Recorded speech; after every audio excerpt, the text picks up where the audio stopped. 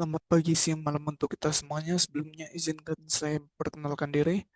Nama saya Rivaldi Adrian Siahaan, NIM 11S240113 Prodi Informatika. Di sini saya akan menjelaskan tentang praktikum 4 yaitu studi kasus OOP. Nah, di sini terdapat aktivitas praktikum di mana kita diminta untuk menyelesaikan aktivitas praktiknya. Di sini terdapat studi kasus yaitu student information.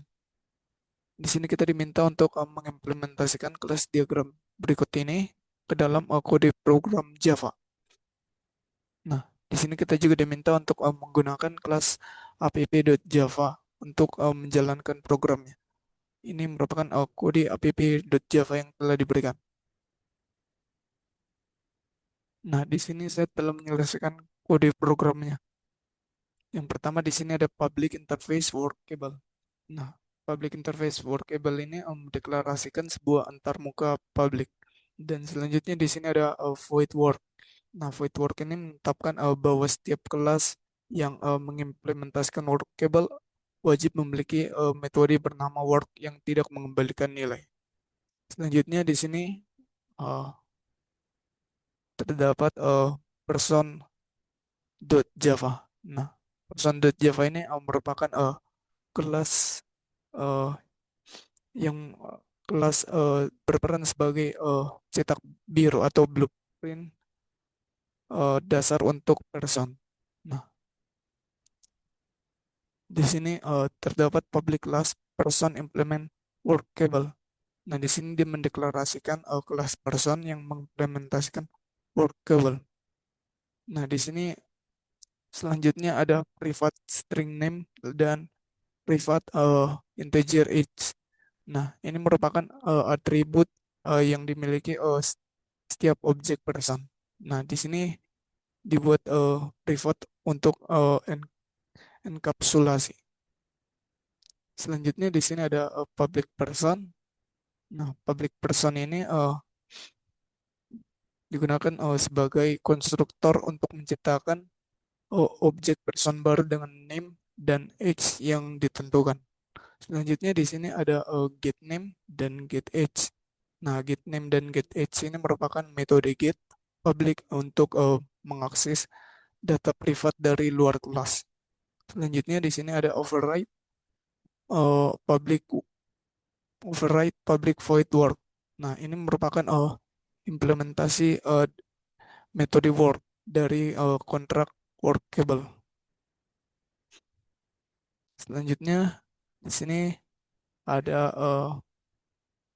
student.java. Nah, kelas ini merupakan student.java ini merupakan blueprint yang lebih spesifik lagi. Nah, di sini terdapat public class student extend person. Nah, ini merupakan inheritance atau pewarisan student. Uh, nah, di sini dia akan secara otomatis mewarisi semua atribut dan metode publik dari person. Nah, selanjutnya di sini ada private string name. Nah, private string name ini merupakan atribut tambahan yang hanya dimiliki oleh student. Selanjutnya di sini ada super name age. Nah, pada baris ini dia memanggil konstruktor dari kelas induknya yaitu person untuk menginisialisasi atribut name dan age. Selanjutnya di sini ada override uh, override public void word. Nah, override public void word ini merupakan polymorphisme. Nah, di sini student menimpa metode word yang diwarisi oleh person. Nah, di sini meskipun namanya sama, di sini perilakunya berbeda. Nah, di sini bagi student di work, bagi student work itu merupakan study. Selanjutnya di sini ada course.java. Nah, course.java ini merupakan kelas model sederhana yang berfungsi untuk membungkus data yang saling terkait menjadi satu unit objek yang rapi. Nah, di sini course membungkus nama dan SKS mata kuliah. Dan selanjutnya di sini ada address .java. Nah, address .java ini sama seperti seperti course.java, yaitu berfungsi juga untuk membungkus data. Nah, di sini dia membungkus data, yaitu data kota dan jalan. Selanjutnya di sini ada kode home.java. Nah, nah pada kode home.java ini dia mendefinisikan sebuah home yang terdiri dari beberapa objek lain. Nah, di sini terdapat private owner dan private address. Nah, ini merupakan composition. Nah, di sini kelas home tidak mewarisi dari person atau address, melainkan dia memiliki keduanya sebagai bagian dari dirinya. Selanjutnya eh, untuk program utamanya yaitu program app.java. Nah, di sini kita terdapat import java.util.scanner yang digunakan untuk membaca input dari konsol. Dan di sini terdapat nama kelas, yaitu nama kelasnya itu kita buat nama kelasnya app. Nah, selanjutnya eh, di sini ada scanner. Nah, di sini program buat objek scanner yang digunakan untuk membaca input dari konsolnya. Kemudian dia akan membaca baris per baris untuk student, home, dan course atau mata kuliah. Selanjutnya di sini ada person-person new student. Nah, ini merupakan baris yang krusial untuk memahami polymorphisme. Nah, di sini kita membuat objek student baru, tetapi menyimpannya dalam variabel person yang bertipe person atau tipe induknya. Nah, di sini valid karena student merupakan person. Selanjutnya di sini untuk logika dan operasinya, di sini terdapat if person instead of student. Nah, di sini karena variabel person bertipe person, maka kita bisa langsung memanggil metode khusus student seperti enroll course. Nah, di sini baris ini akan memeriksa apakah objek yang disimpan di person ini pada kenyataannya adalah sebuah student. Selanjutnya di sini ada student student person. Nah, di sini jika benar, di sini kita akan melakukan downcasting. Nah, di sini kita mengubah tipe variabel kembali menjadi student agar bisa mengakses metode-metode yang spesifik. Selanjutnya di sini ada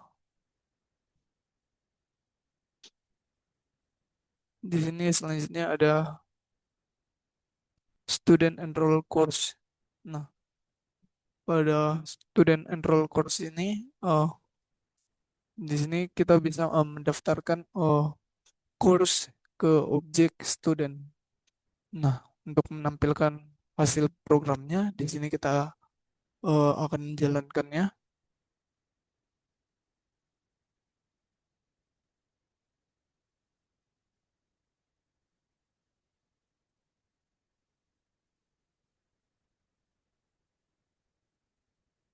Kita masukkan input dari Delcom.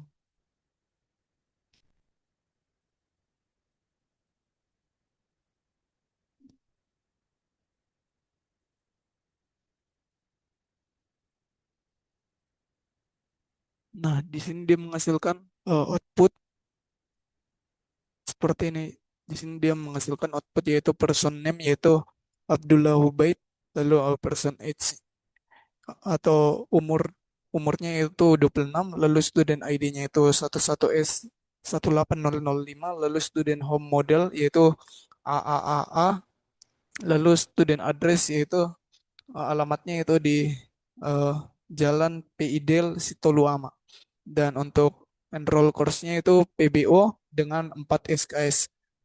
Lalu di sini di sini output selanjutnya yaitu student Abdullah Ubaid is studying.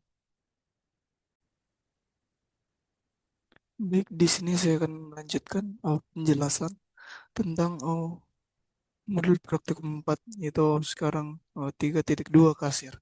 Nah, di sini kita diminta untuk mengimplementasikan kelas diagram seperti ini ke dalam kode program Java.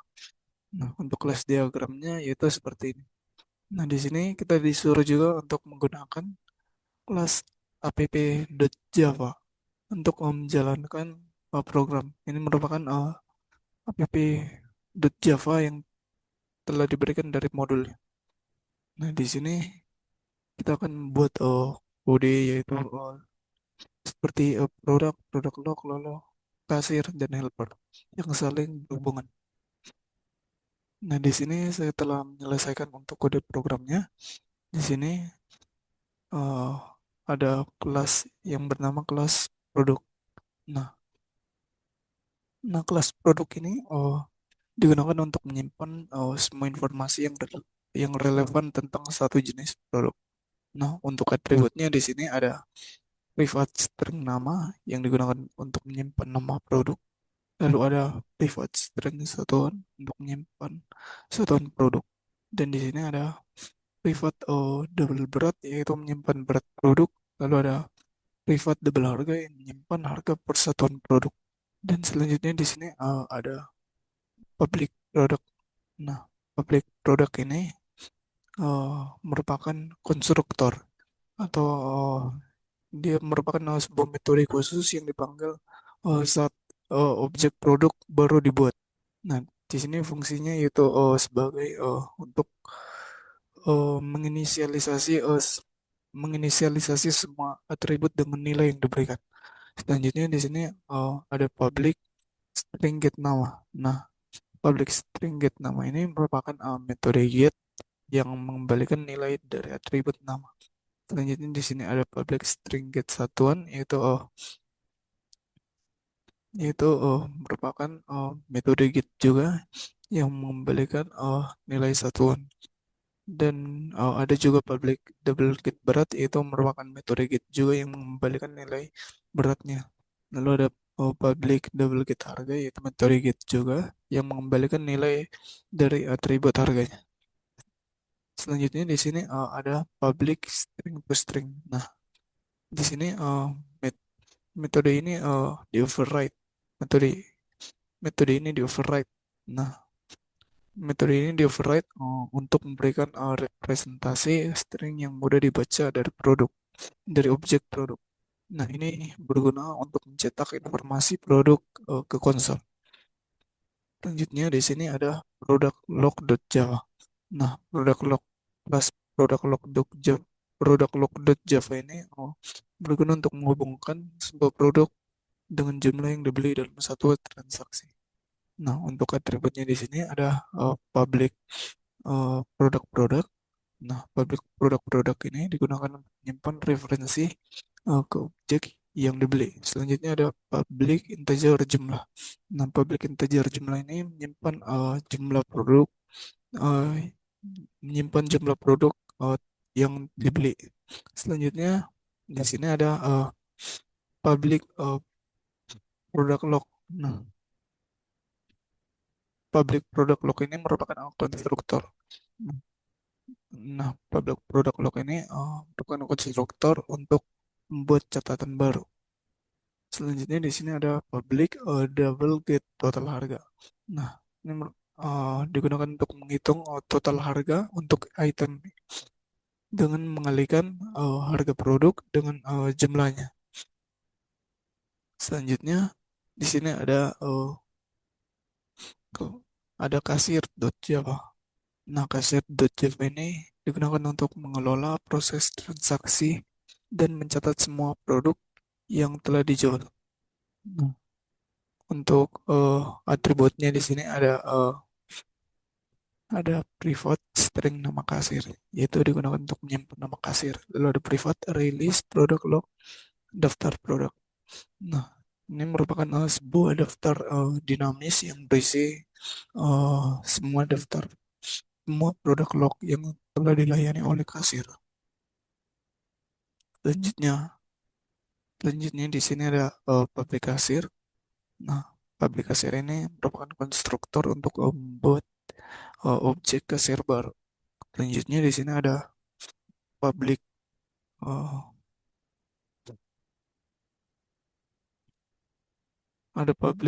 double gate total penjualan. Nah, public gate total penjualan ini eh, digunakan untuk menghitung total pendapatan kasir dengan menjumlahkan eh, gate total harga dari setiap produk log dalam daftarnya.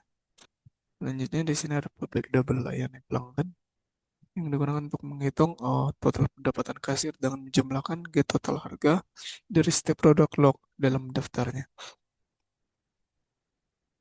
Selanjutnya di sini ada public void tambahkan daftar produk. Nah, ini digunakan untuk mencetak daftar semua produk yang telah dijual oleh kasir ini. Selanjutnya di sini ada public string to string. Nah, ini memberikan representasi string dari kasir termasuk total penjualannya. Selanjutnya di sini ada helper.java. Nah, helper.java ini berguna untuk menyediakan satu tempat terpusat untuk menyimpan dan mengakses semua daftar produk dan daftar kasir yang ada di sistem. Nah, untuk atributnya di sini ada product list. Nah, product list ini digunakan untuk menyimpan semua objek produk yang tersedia. Dan di sini ada kasir list. Nah, kasir list ini menyimpan semua objek kasir yang petugas. Selanjutnya di sini ada add product, dan get product. Nah, add product dan get product ini, produk dan get produk ini digunakan untuk menambah dan mengambil produk dari product list. Selanjutnya di sini ada add kasir dan get kasir. Nah, add kasir dan get kasir ini digunakan untuk menambah dan mengambil kasir dari kasir list. Selanjutnya di sini ada print produk dan print kasir. Nah, print produk dan print kasir ini eh, digunakan untuk menampilkan semua data produk atau kasir yang tersimpan. Selanjutnya di sini ada app.java. Nah, app.java ini merupakan kelas utama yang berisi metode main. Ini merupakan tempat program dimulai dan diakhiri. Nah, ini berguna untuk mengatur alur eksekusi program dalam menangani input dari pengguna dan mengkoordinasikan interaksi antar objek, kasir, dan produk. Nah, untuk alur dari app.java ini di sini ada input produk. Nah, input produk di sini dia akan membaca dari input pengguna untuk membuat objek-objek produk dan akan menyimpannya di helper. Nah, di sini dia akan berhenti ketika inputnya adalah tiga tanda kurang. Itu seperti ini. Selanjutnya ada print produk. Nah, print produk ini akan menampilkan semua produk yang telah dimasukkan. Selanjutnya di sini ada input kasir. Nah, input kasir ini akan input kasir ini akan menampilkan input kasir ini akan membaca input pengguna untuk membuat objek-objek kasir dan akan menyimpannya di helper. Nah, di sini dia akan berhenti ketika inputnya adalah tiga tanda kurang. Selanjutnya di sini ada cetak eh, atau print kasir. Print kasir ini di sini dia akan menampilkan semua kasir dengan total penjualan awal. Selanjutnya di sini ada simulasi pelayanan pelanggan. Nah, di sini untuk simulasi pelayanan pelanggan, di sini pengguna pengguna akan memilih kasir. Selanjutnya program akan memulai memulai belanja. Selanjutnya di sini eh, pengguna akan memilih program dan jumlahnya berulang kali. Karena di sini menggunakan looping, jadi program akan membeli produk dan jumlahnya eh, berulang kali. Selanjutnya eh, program akan memanggil kasir dot layani pelanggan untuk memproses transaksi. Nah, di sini pada ini loop akan berlanjut ke pelanggan berikutnya sampai pengguna eh, memasukkan angka nol atau kurang. Nah, selanjutnya di sini ada print kasir. Nah, print kasir ini eh, digunakan untuk menampilkan kembali daftar kasir dengan total penjualan yang sudah diperbaharui. Nah, untuk demonstrasi kodenya, di sini kita compile dulu.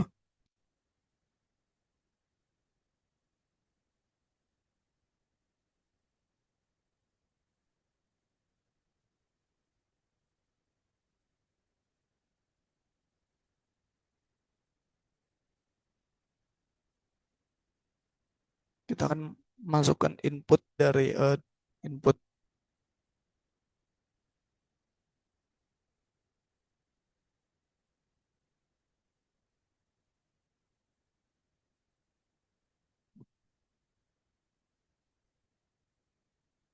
Nah, untuk inputnya itu seperti ini. Nah, di sini dia menginput minuman Aqua Viva. Dan eh, menginput seperti ini. Nah, di sini untuk outputnya di sini yang pertama yaitu daftar produk. Di sini yang pertama ada minuman Aqua Viva. Nah, minuman Aqua Viva dengan satuannya itu mili, lalu beratnya itu eh, 7 700,00 dengan harga 3.500. Itu ini. Selanjutnya ada eh, produk kedua yaitu Sabun Lifebuoy Batang dan dengan satuan gram. Satuannya itu gram dan di sini untuk beratnya itu 90, lalu harganya itu 5.500. Dan di sini ada daftar produk yang ketiga dari inputnya itu maltose softener dengan satuan mili lalu berat 800 dengan harga 1.800. Dan ini output harganya itu 18.000. Dan selanjutnya eh, dia menginput daftar kasir yaitu Abdullah Ubaid dan Kevin Sialo.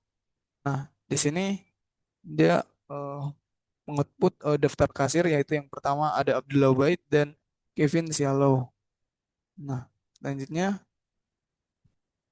di sini eh, output selanjutnya itu dia mengoutput pelanggan ke berapa yang dilayani oleh Abdullah Ubaid.